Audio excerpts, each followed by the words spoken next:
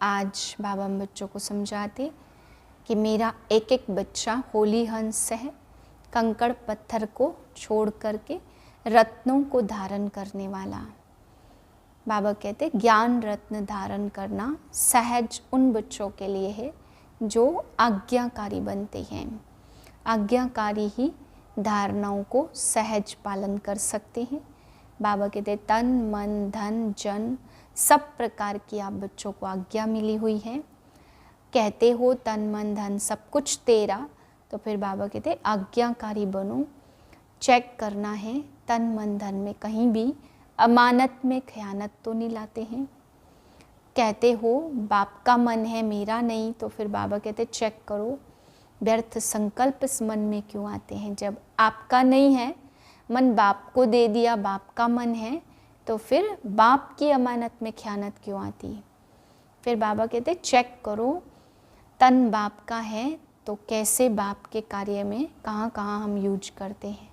मन बाप का है तो मन में व्यर्थ या कुछ भी कॉमन संकल्प ना आए, बाप की सेवा के प्रति ही संकल्प चले। बाबा ने समझाया समय श्वास संकल्प ये तीन खजाने संगम युग पर बहुत अनमोल हैं। ऐसे मत समझो कि 5 मिनट गवा दिए। बाबा कहते नहीं, थोड़ा टाइम भी नहीं गवाना है।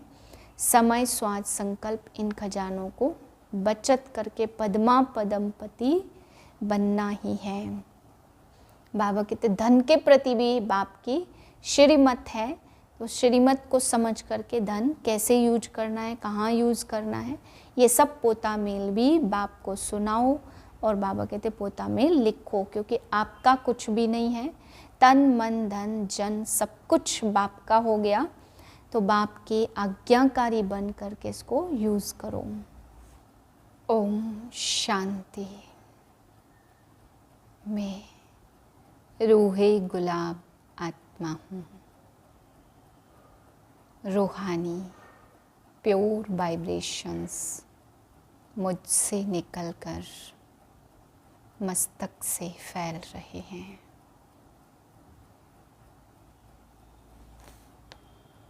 पाँच 5/2024 के अव्यक्त महावाक्य रिवाइज 15/11/99 सन के। टॉपिक है बाप समान बनने का सहज पुरुषार्थ, आज्ञाकारी बनो।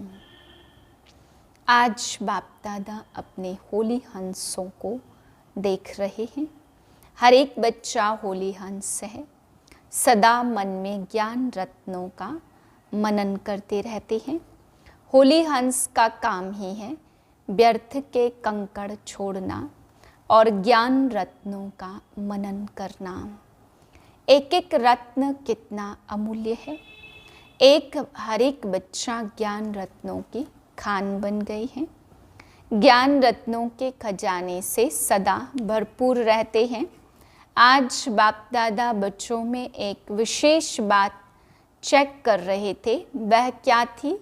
ज्ञान व योग की सहज धारणा का सहज साधन है बाप और दादा के आज्ञाकारी बन चलना।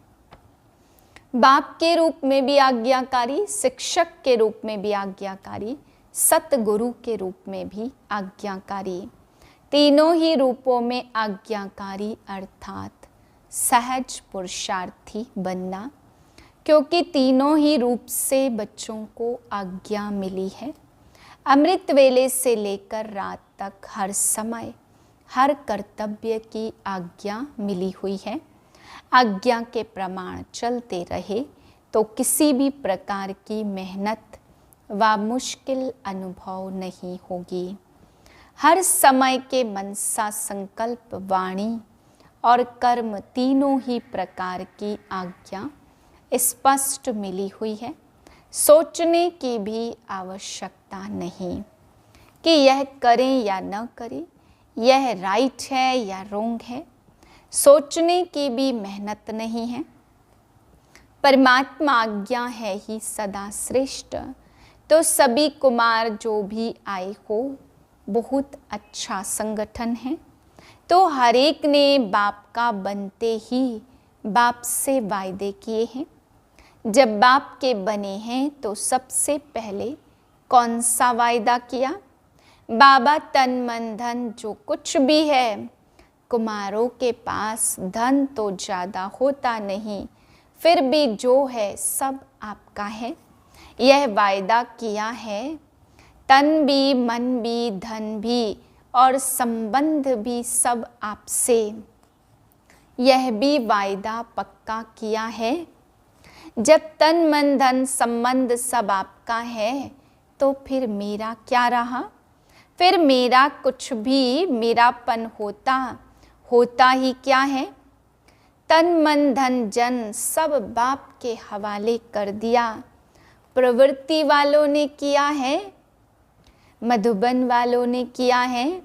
पक्का है ना, जब मन भी बाप का हुआ, मेरा मन तो नहीं है ना, या मन मेरा है, मेरा समझकर यूज़ करना है? नहीं, जब मन बाप को दे दिया तो यह भी आपके पास अमानत है। फिर युद्ध किस में करते हो? मेरा मन परेशान है, मेरे मन में व्यर्थ संकल्प आते हैं, मेरा मन विचलित होता है, जब मेरा है ही नहीं। अमानत है, फिर अमानत को मेरा समझ करके यूज़ करना। क्या यह अमानत में खयानत नहीं है? माया के दरवाजे हैं मैं और मेरा, तो तन भी आपका नहीं, फिर देह अभिमान का मैं कहाँ से आया? मन भी आपका नहीं तो मेरा मेरा कहाँ से आया? तेरा है या मेरा है, बाप का है या सिर्फ कहना है करना नहीं? कहना बाप का और मानना मेरा।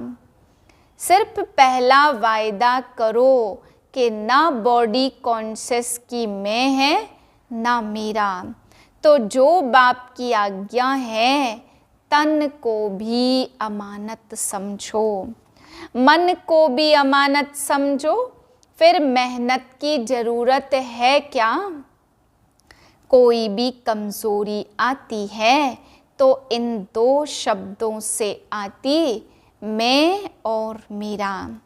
तो न आपका तन है ना बॉडी कॉन्शियस का मैं। मन में भी जो संकल्प चलते हैं, अगर आज्ञाकारी हो तो बाप की आज्ञा क्या है? पॉजिटिव सोचो, शुभ भावना के संकल्प करो, फालतू संकल्प करो, यह बाप की आज्ञा है क्या?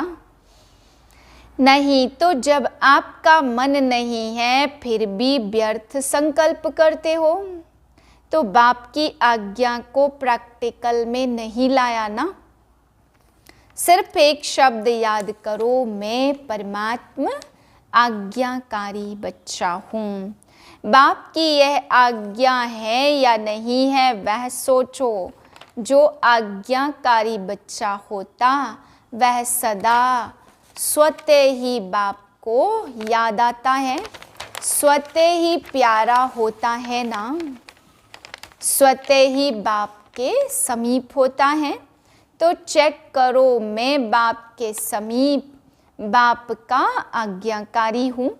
एक शब्द तो अमृत वेले याद कर सकते हो, मैं कौन आज्ञाकारी हूँ, या कभी आज्ञाकारी और कभी आज्ञा से किनारा करने वाले। बाप दादा सदा कहते कि किसी भी रूप में अगर एक बाबा का संबंध ही याद रहे, दिल से निकले बाबा, तो समीपता का अनुभव करेंगे। मंत्र मुआफिक नहीं कहो बाबा बाबा, वह राम राम कहते और आप बाबा बाबा कहते, लेकिन दिल से निकले बाबा। हर कर्म करने से पहले चेक करो कि मन के लिए, तन के लिए या धन के लिए बाबा की आज्ञा क्या है। कुमारों के पास चाहे कितना भी थोड़ा सा धन है, लेकिन जैसे बाप ने आज्ञा दी है कि धन का पोता मेल किस प्रकार से रखो वैसे रखा है, या जैसे आता वैसे चलाते हो? हर एक कुमार को धन का भी पोता मेल रखना चाहिए। धन को कहाँ और कैसे यूज करना है, मन को भी कहाँ और कैसे यूज करना है, तन को भी कहाँ लगाना है, यह सब पोता मेल होना चाहिए। आप दादियाँ जब धारणा की क्लास कराती हैं तो समझाती हैं ना कि धन को कैसे यूज करो, क्या पोता मेल रखो। कुमारों को पता है पोता मेल कैसे रखना है, कहाँ लगाना है, यह मालूम है। थोड़े हाथ उठा रहे हैं, नए नए भी हैं, इन्हों को मालूम नहीं है। इन्हों को यह जरूर बताना कि क्या क्या करना है। निश्चिंत हो जाएंगे, बोझ नहीं लगेगा, क्योंकि आप सबका लक्ष्य है। कुमार माना लाइट, डबल लाइट। कुमारों का लक्ष्य है ना हमको नंबर 1 आना है, तो लक्ष्य के साथ लक्षण भी चाहिए। लक्ष्य बहुत ऊंचा और लक्षण नहीं हो तो लक्ष्य तक पहुंचना बहुत मुश्किल है। इसलिए जो बाप की आज्ञा है उसे सदा बुद्धि में रख, फिर कार्य में लगाओ। बाप दादा ने पहले भी समझाया, ब्राह्मण जीवन के मुख्य खजाने संकल्प, श्वास और समय।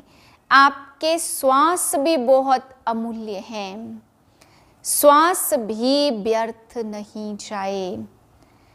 भक्ति में कहते हैं, श्वासोश्वास अपने इष्ट को याद करो, एक श्वास भी कॉमन या व्यर्थ नहीं हो।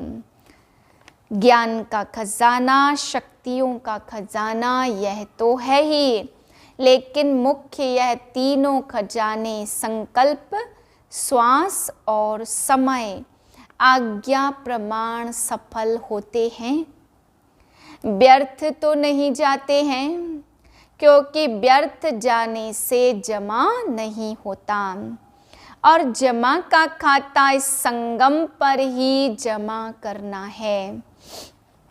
चाहे सतयुग त्रेता में श्रेष्ठ पद प्राप्त करना है, चाहे द्वापर कलयुग में पूज्य पद पाना है, लेकिन दोनों का जमा इस संगम पर करना है। इस हिसाब से सोचो कि संगम समय की जीवन के छोटे से जन्म के संकल्प, समय, श्वास कितने अमूल्य हैं। इसमें अलबेले नहीं बनना। जैसा आया वैसा दिन बीत गया, दिन बीता नहीं, लेकिन एक दिन में बहुत बहुत गवाया।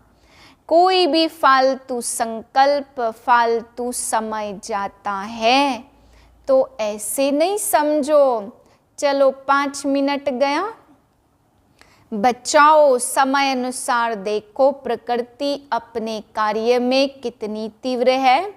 कुछ न कुछ खेल दिखाती, कहाँ न कहाँ खेल दिखाती रहती, लेकिन प्रकृति पति ब्राह्मण बच्चों का खेल एक ही है, उड़ती कला का। तो प्रकृति तो खेल दिखाती, लेकिन ब्राह्मण अपने उड़ती कला का खेल दिखा रहे हो। कई बच्चे तो बाप दादा को उड़ीसा के समुद्री तूफान की रिजल्ट लिख कर दी, यह हुआ, तो वह प्रकृति का खेल देख लिया। लेकिन बाप दादा ने पूछा, आप लोगों ने सिर्फ प्रकृति का खेल देखा या अपने उड़ती कला के खेल में बिजी रहे, या सिर्फ समाचार सुनते रहे? समाचार तो सब सुनना भी पड़ता, परंतु जितना समाचार सुनने में इंटरेस्ट होता है ना, उतनी अपनी उड़ती कला की बाजी में रहने का इंटरेस्ट रहा। चाहे कोई बच्चे गुप्त योगी भी हैं, ऐसे गुप्त योगी बच्चों को बाप दादा भी मदद बहुत अच्छी मिलती और ऐसे बच्चे स्वयं भी अचल साक्षी रहे और वायुमंडल में भी समय पर सहयोग दिया। जैसे स्थूल सहयोग देने वाले ऐसे ब्राह्मण आत्माओं ने, चाहे गवर्नमेंट चाहे आसपास के लोग सहयोग देने के लिए तैयार हो जाते, ऐसे ब्राह्मण आत्माओं ने भी अपना सहयोग शांति और शक्ति देने का, सुख देने का जो ईश्वरीय श्रेष्ठ कार्य है वह किया।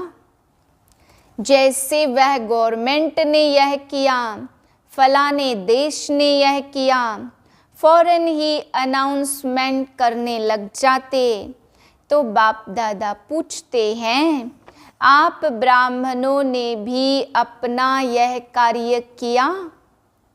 आपको भी अलर्ट होना चाहिए।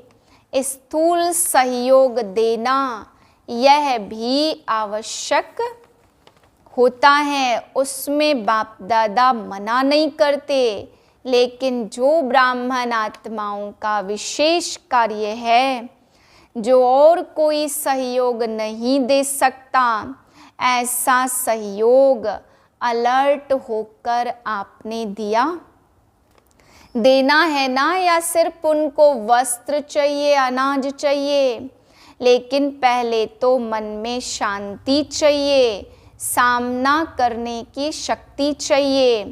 तो स्थूल के साथ सूक्ष्म सहयोग ब्राह्मण ही दे सकते हैं और कोई दे नहीं सकता। तो यह कुछ भी नहीं है, यह तो रिहर्सल है, रियल तो आने वाला है। उनकी रिहर्सल आपको भी बाप या समय करा रहा है। तो जो शक्तियाँ, जो खजाने आपके पास हैं, उनको समय पर यूज करना आता है। कुमार क्या करेंगे? शक्तियाँ जमा हैं, शांति जमा है, यूज करना आता है। हाथ तो बहुत अच्छा उठाते, अभी प्रैक्टिकल में दिखाना, साक्षी होकर देखना भी है, सुनना भी है और सहयोग भी देना है। आखिर रियल पार्ट जब बजेगा, उसमें साक्षी और निर्भय होकर देखे भी और पार्ट भी बजावे। कौन सा पार्ट? दाता के बच्चे, दाता बन जाओ। आत्माओं को जो चाहिए वह देते रहो। तो मास्टर दाता है ना, स्टॉक जमा करो। जितना स्टॉक अपने पास होगा उतना ही दाता बन दे सकेंगे। अंत तक अपने लिए जमा करते रहे तो दाता बन नहीं सकेंगे। अनेक जन्म तो श्रेष्ठ पद पाना है, वह प्राप्त नहीं कर सकते। इसलिए एक बात तो अपने पास स्टॉक जमा करो। शुभ भावना, श्रेष्ठ कामना का भंडार सदा भरपूर हो। दूसरा जो विशेष शक्तियाँ, वह शक्तियाँ जिस समय जिसको जो चाहिए वह दे सको। अभी समय अनुसार अपने पुरुषार्थ में संकल्प और समय दो, साथ साथ दाता बन विश्व को भी सहयोग दो।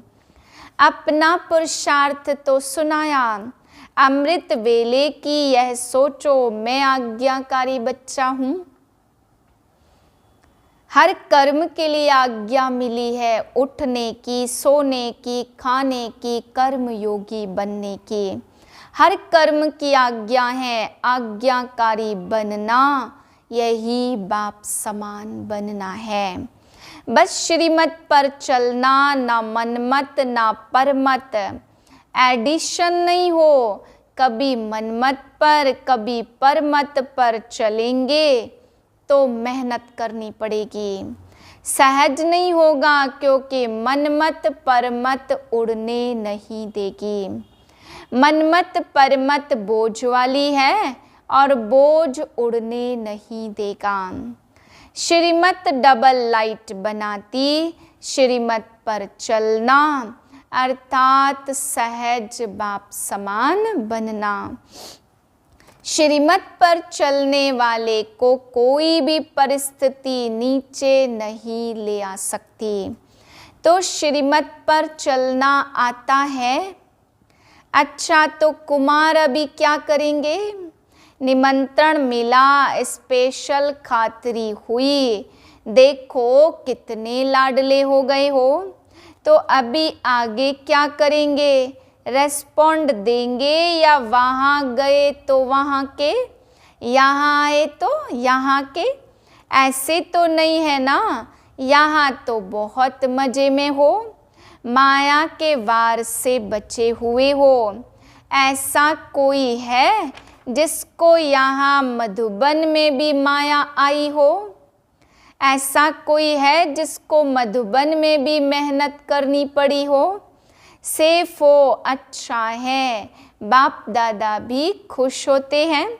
समय आएगा जब यूथ ग्रुप पर गवर्नमेंट का भी अटेंशन जाएगा, लेकिन तब जाएगा जब आप विघ्न विनाशक बन जाओ। विघ्न विनाशक किसका नाम है? आप लोगों का है ना।